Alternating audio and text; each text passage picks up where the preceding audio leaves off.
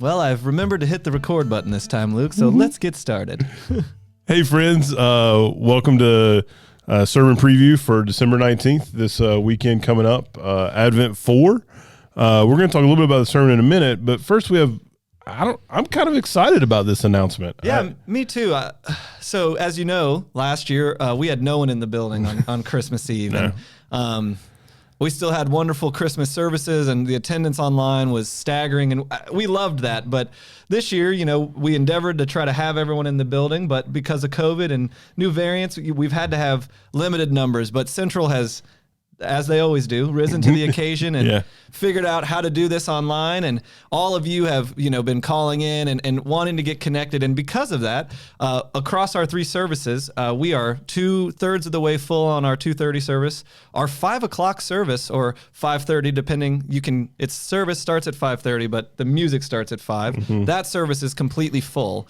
And even our 11 o'clock service has over 100 people signed up. And because of that, we wanted, for everyone to have an opportunity to come and worship with us in person. So tell them what we're doing. Yeah. So in order to make sure that everybody has a place and we can do it as safely as possible and working with our trustees like we have throughout the pandemic, we're opening up a fourth service, an 8 p.m. service on Christmas Eve.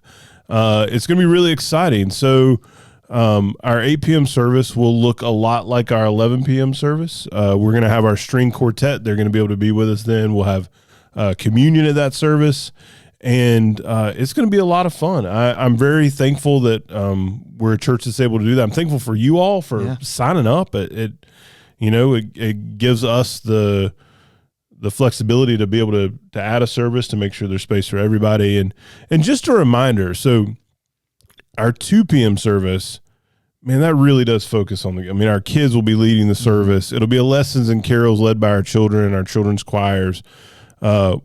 We sing Silent Night just like we do at all 4 services, and Rob preaches the Christmas meditation.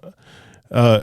When do we have childcare? So we'll have childcare at the middle 2 services. So our earliest service, there won't be childcare because we want the children present. We want them in the service. Want them there. We want to hear them, and that really is a family service. Think of it like the afternoon matinee almost at a movie theater. Mm-hmm. The lights are less dim.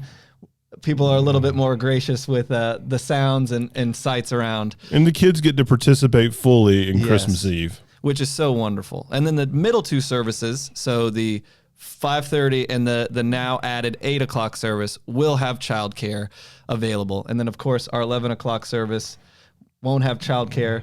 And that's probably because most of the kids are asleep. getting excited about the next morning. Yeah. So, again, we have 4 services now. We're adding a 4th. You'll be able to register for those on Realm, just like we have for the last couple weeks. The 8 o'clock service is already there.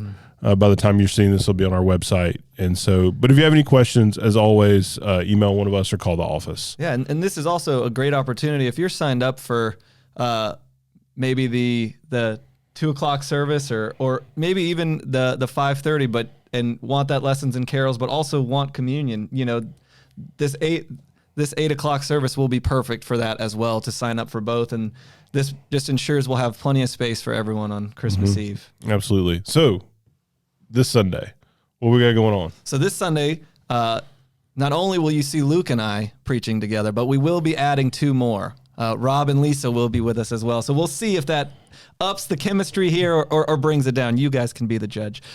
I'm kidding. But this will be an interactive service. As you know, last week in the sermon preview, Luke asked if you guys would send in who from the Christmas story you identify with the most theologically, or who speaks to you the most. And we got good response on that. Oh, man, we got 50-some responses. Yeah.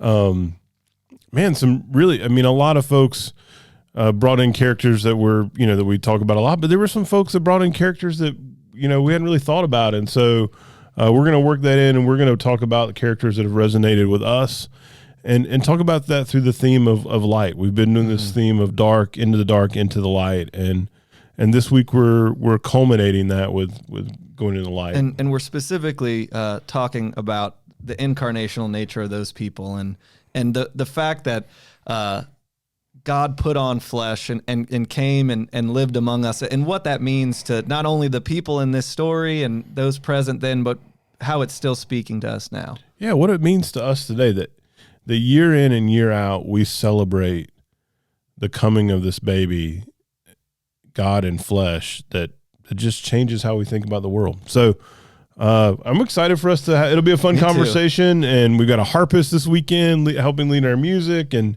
it's just going to be a wonderful weekend. So we look forward to seeing you. Yeah. Merry Christmas. We'll see you on Sunday. See you soon.